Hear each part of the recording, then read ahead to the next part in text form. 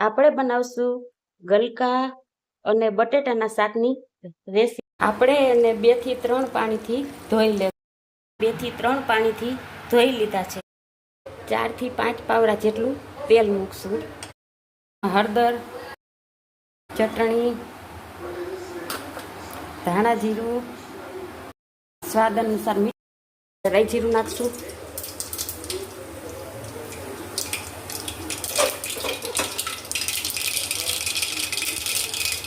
લીંબુ નાખશું, હિંગ નાખશું અને શાકનો વઘાર કરશું. સરસ રીતે હલાવી લેશું. થોડુંક પાણી ઉમેરશું. આપણે એમાં બહુ પાણી નથી નાખવાનું, કારણ કે ગલકા છે એટલે ગલકામાંથી પાણી છૂટવાનું હોય.